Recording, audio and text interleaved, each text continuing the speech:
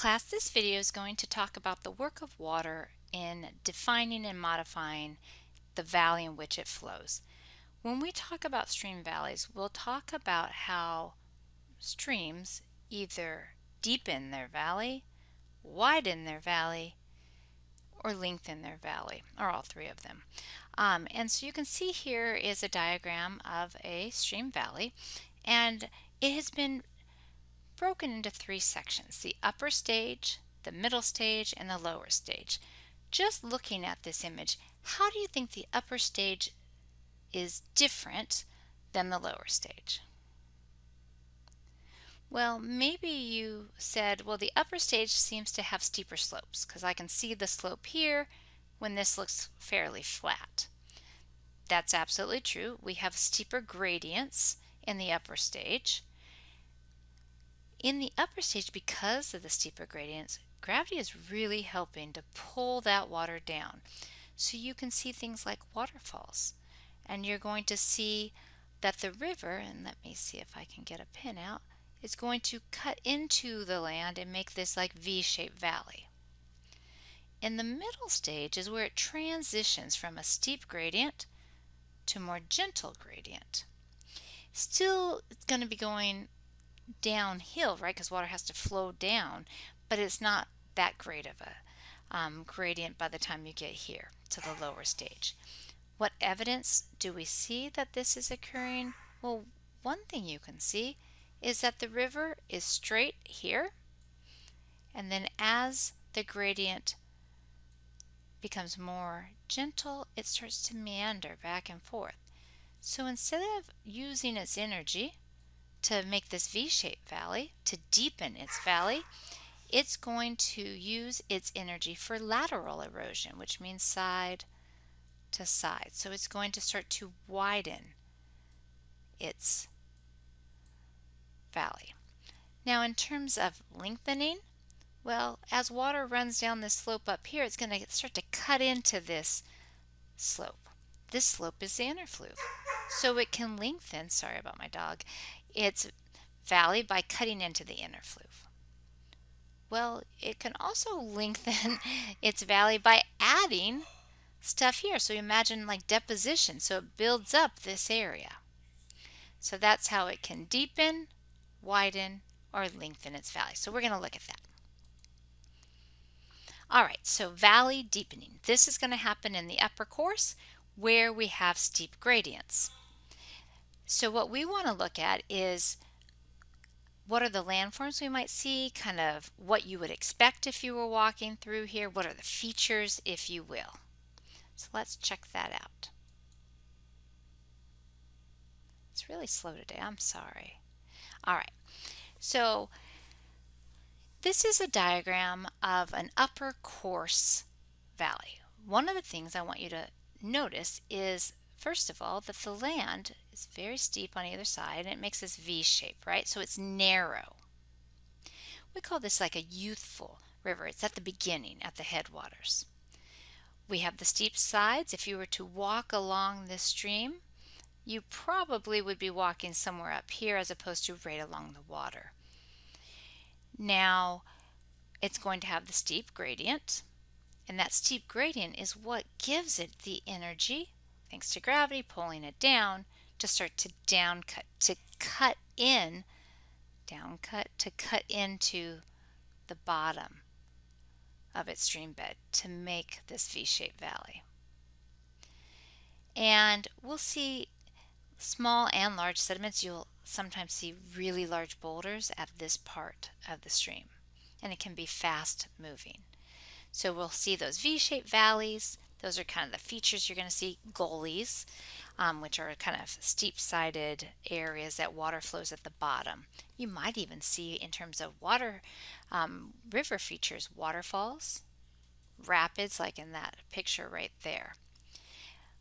Like I mentioned about the sediments, that's the alluvial matter, right? So we can see boulders here at this part. Just a side thing, if you're thinking about kind of, well, what kind of land use would happen near the upper course of a river? What do you think? What kind of land use usually happens where you have steep slopes? A lot of time you have some kind of farming that doesn't need a lot of flat land, so maybe like sheep, maybe goats. In terms of industry, a lot of times this is in the mountains, so you might see forestry, things like that. For recreation, you might just have national parks. You could have walking trails up here in the hills. So let's check out what it might look like besides this graphic. All right, so this was in Jasper National Park in Canada, and this is an example of how the river goes to down cutting into the riverbed to make it deeper, right? So the whole purpose of this is valley deepening. And so what you see here is this water was flowing where I'm standing. I can't walk by this water. It's too steep on the sides. So I'm at the top, and the water used to be higher up like where I am, and it has been down cutting this entire time. And you can see that sometimes there's more water because it's curved over here, here, and here. So how does it do that down cutting? It's the hydraulic power of the moving water, which eats into the stream bed and it down cuts it. So here's a video I took of the Virgin River in Zion National Park, and clearly I held the phone the wrong way. I'm learning, so you'll just have to bear with me. It's going to be narrow, but maybe it won't get off. Do you see how narrow the narrows are? The steep slope that goes up. You hear the water flowing, cutting in underneath the base of the rocks. Can you imagine that this water was once up here? I guess I was also going too fast. And all you see around you are these steep slopes, and this is why it's dangerous if there's a flash flood here.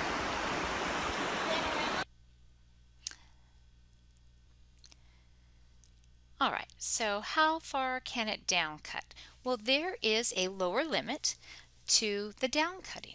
Basically, what the stream is trying to do is ultimately reach sea level. And so if you imagine that here is this land up here, it's going to go to down cutting until it gets to that ultimate base level, in this case the sea. It can't down cut lower than that base level because water can't run up the hill. Now sometimes there are local base levels, like if you go up to Big Bear and you have or Lake Arrowhead, the streams that come into that lake, that will be the local base level because those streams can't down cut lower than that lake. So let's talk about another aspect of valley deepening, Nick Point migration. So this is Niagara Falls, and basically Niagara Falls used to be right here where the water was going over the Niagara Escarpment. So about 10,000 years ago, this is where the falls were. It's now moved almost 7 miles up the stream because of Nick Point migration. So how does it work? So what you're looking at here is this top layer is this hard resistant rock. Well, at the bottom is more soft rock that is less resistant to erosion. And so if we look at the next screen picture, what happens is when we have hard rock, when the water flows over it and it hits the softer rock underneath, which in the case of Niagara Falls is like a shell, which is a sedimentary rock made out of basically clay, it's going to erode this, creating the plunge pool. This is what I was talking about, how some people jump off of waterfalls and there's a deeper pool at the bottom. Well, what happens is it starts to undermine, which means it just is eroding the softer rock, and it undermines this hard rock. Eventually, what will happen, if this is undercut enough, this part will fall, and the nick point will move, because right now, this is the nick point, but if this is all gone, then this is the location of the new nick point. And so eventually what was the valley, which was up here, will now be at this layer. So it deepens it. So we can see a picture of here, and just to show you, there are some people standing here for scale, but basically this water is going over this nick point, this harder rock, and it's eroding the rock underneath it. So that's another way that valleys are deepened. Let's talk now about valleys being widened. So this is going to be in the middle course and the lower course where the gradient starts to change. All right, so here's another cross section. This is considered like a mature river, so it's in down the course a bit.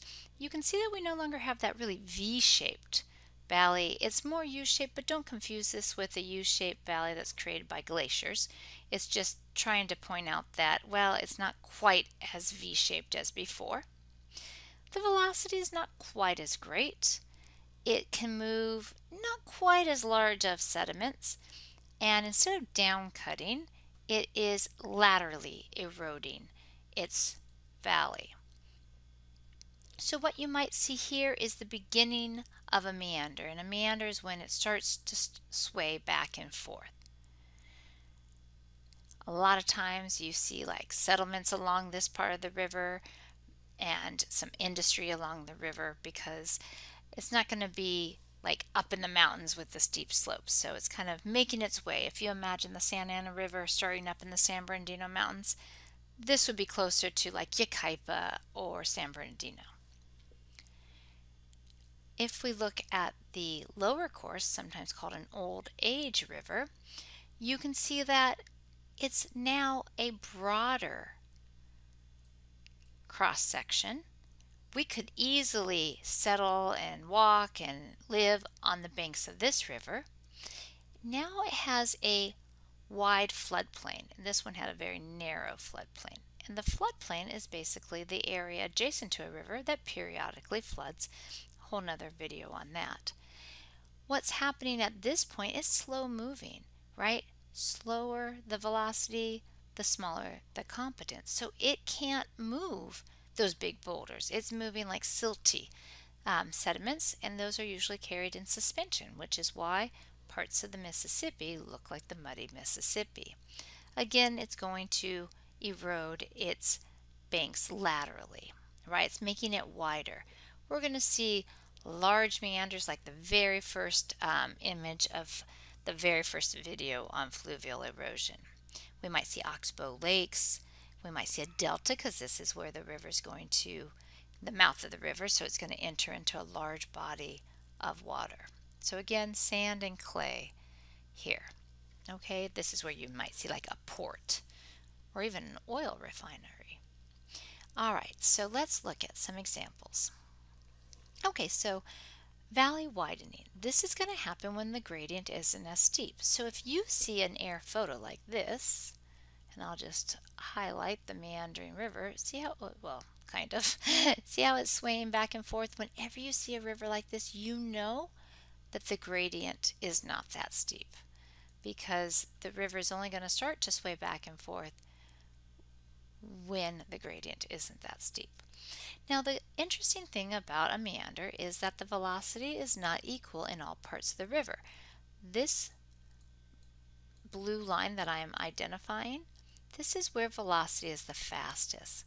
So if velocity is the fastest here on the outer side of the meanders, so we'll just say velocity is greater.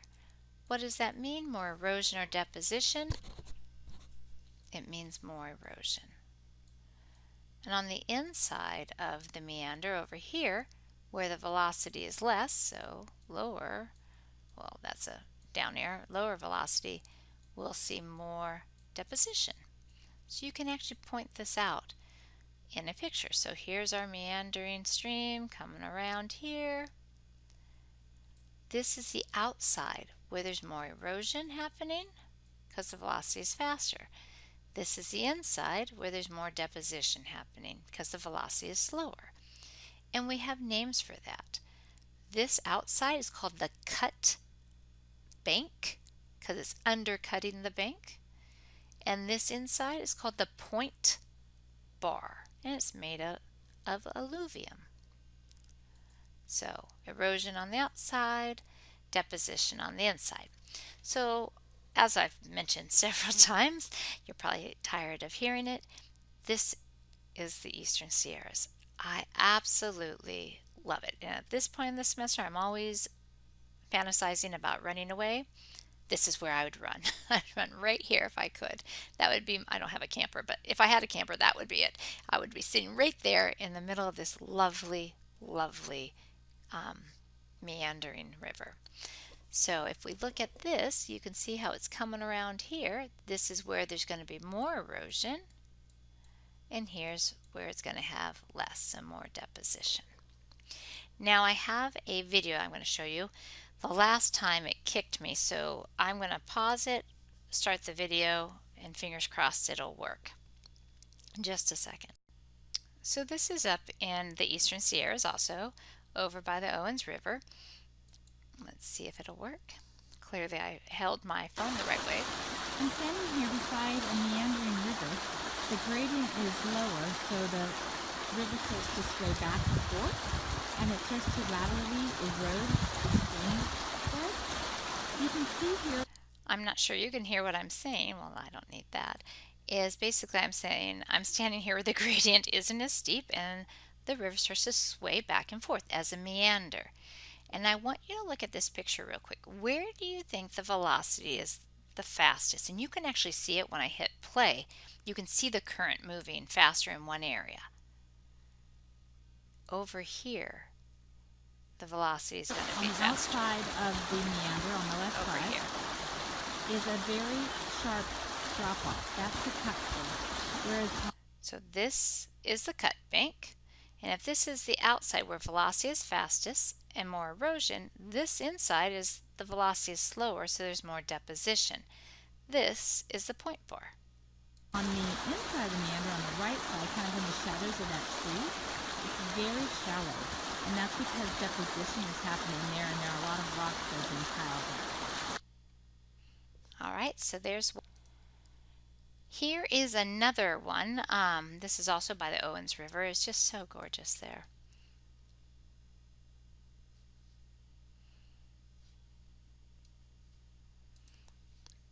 Sorry for the delay. Here's a great example of a meandering river.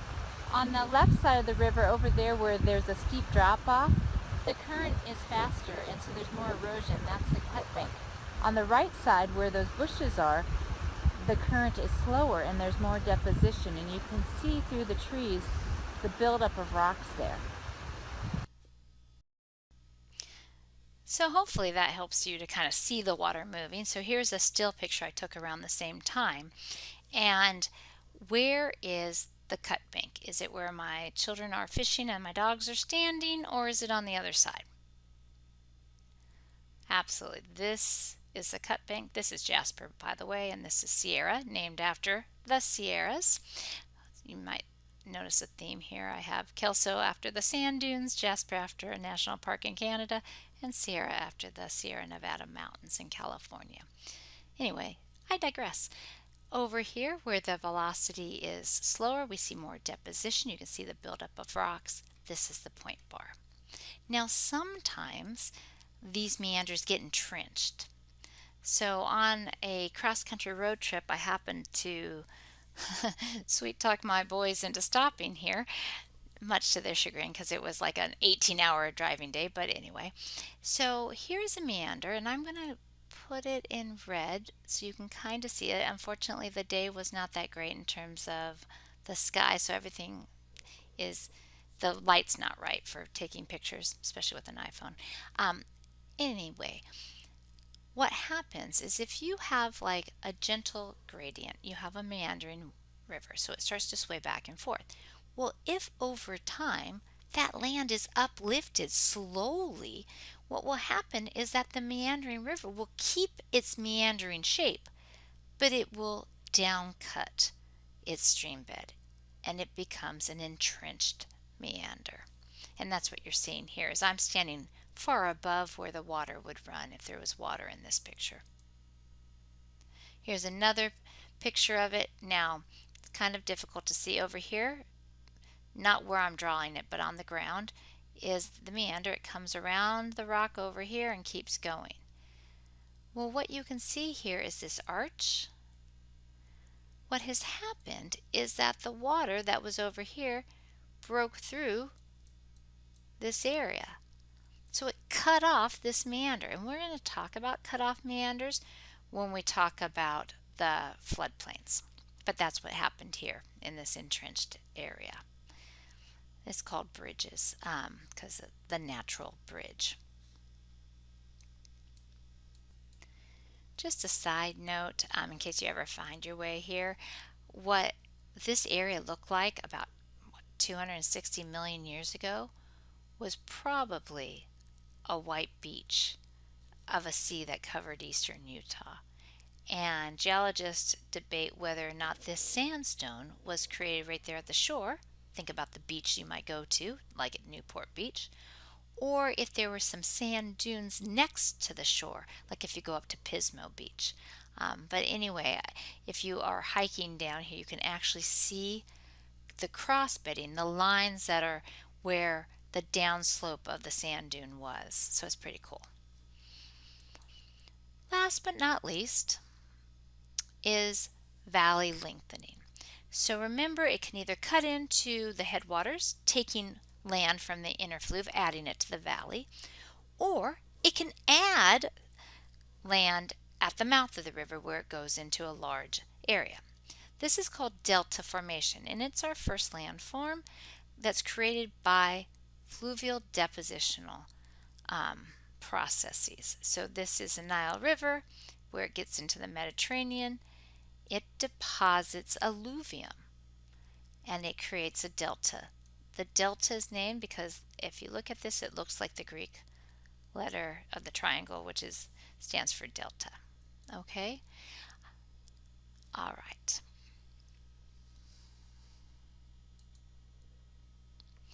So here's a review for one GeoPoint. Send me the answers to these questions and I'll let you know how you're doing. All right, take care.